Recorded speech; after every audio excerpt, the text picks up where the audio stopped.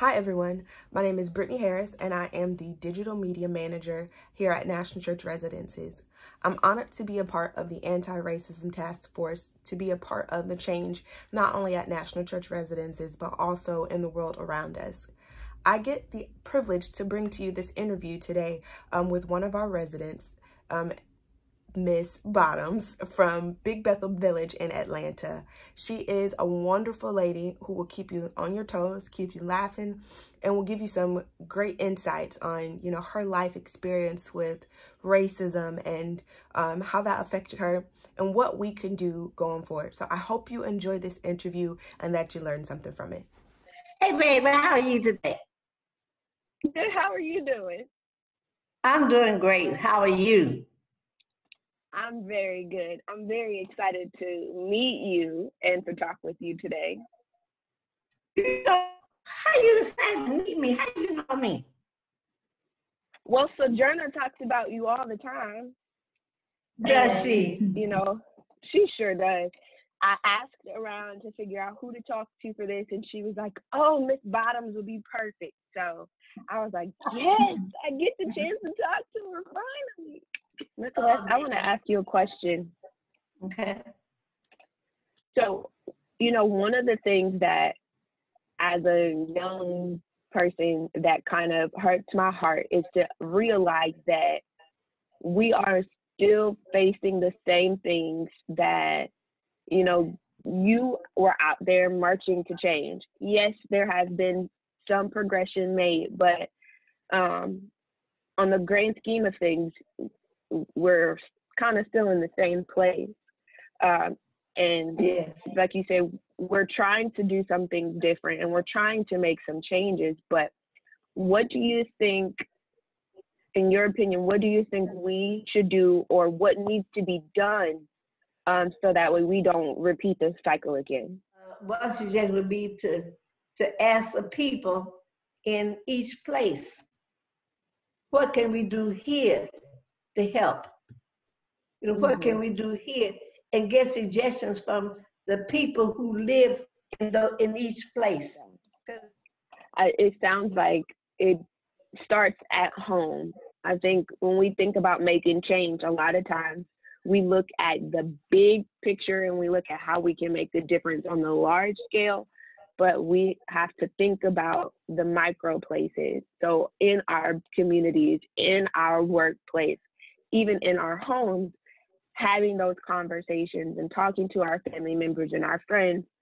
And if we can address those things on a close level, the more that we talk about it with those who are close to us, the more we'll be able to really see change that sticks, that it's not just an overarching thing where racism and hate can still hide in people's hearts.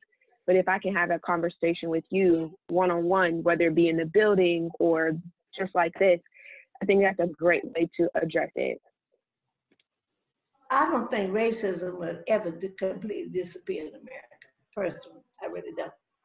I can see it getting better because it is better now. Because when I grew up, you couldn't go to when you went downtown, you couldn't go to the restrooms. You couldn't go to the restaurants. There was only one store, Macy's now Rich's, and they had a restroom downstairs and a restaurant downstairs. You go downstairs and eat. My mother would tell us when we got ready to go shopping, all right, go to the bathroom. Everybody, she said, because you had to go behind, black people had to go behind the buildings and urinate or have a being. And people used to talk about how, oh, they're so nasty and low down. They didn't think about it. We had nowhere to go downtown. Yeah. Yeah. So I mean, a lot of things that they saw, they talked about us about. They didn't realize what we didn't have. We couldn't do any better. But this is very interesting times, and this is I've had a couple people call and ask me and said, "Well, have you been out there marching with what's going on in Atlanta now?" I said, "Marching?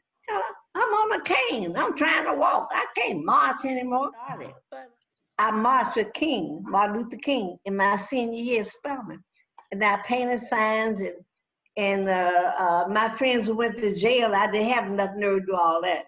And I went on several marches with civil rights and with Martin Luther King, I made very sure they were safe.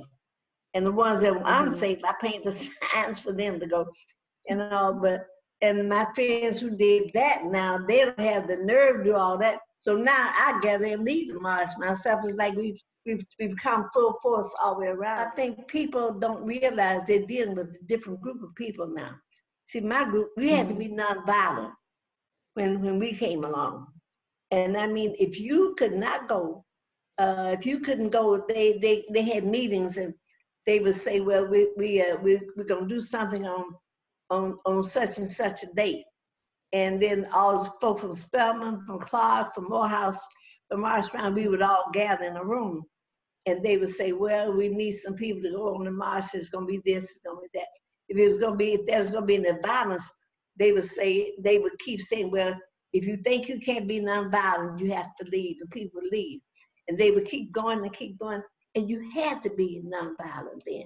So people, I think now, think they're dealing with my generation of nonviolence.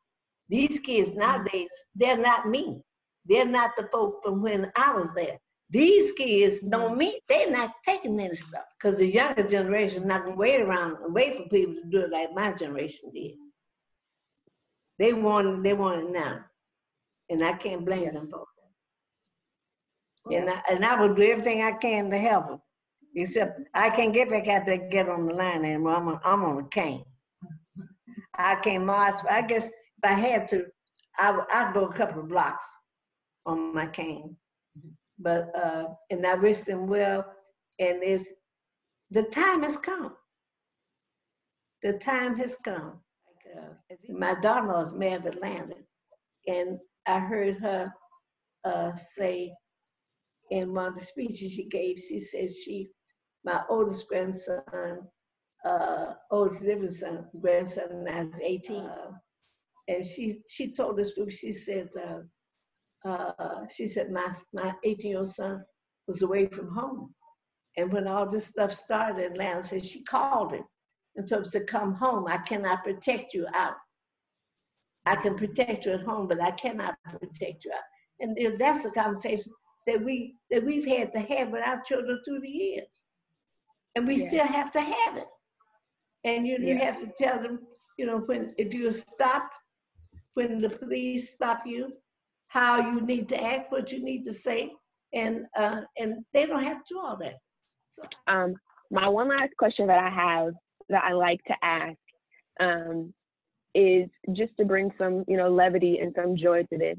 We like to celebrate our culture. I love being Black at the end of the day. I love everything that comes with it. If I had to do it again, I would be Black again.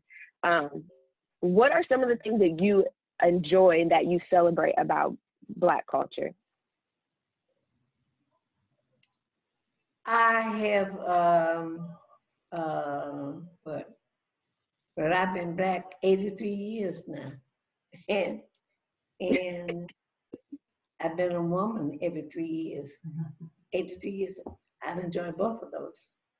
And I've had basically a pretty good life. Maybe a little better than some. So God's been very good to me and my family.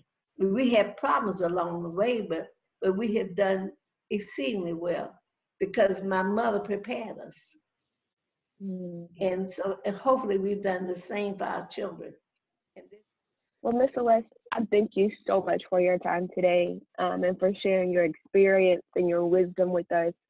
Our hope is that as we continue to have these conversations, that people can understand and that they can educate themselves and that we can grow in such a way that we make change, that we make things better for not only our generation, but the ones that are coming up behind us.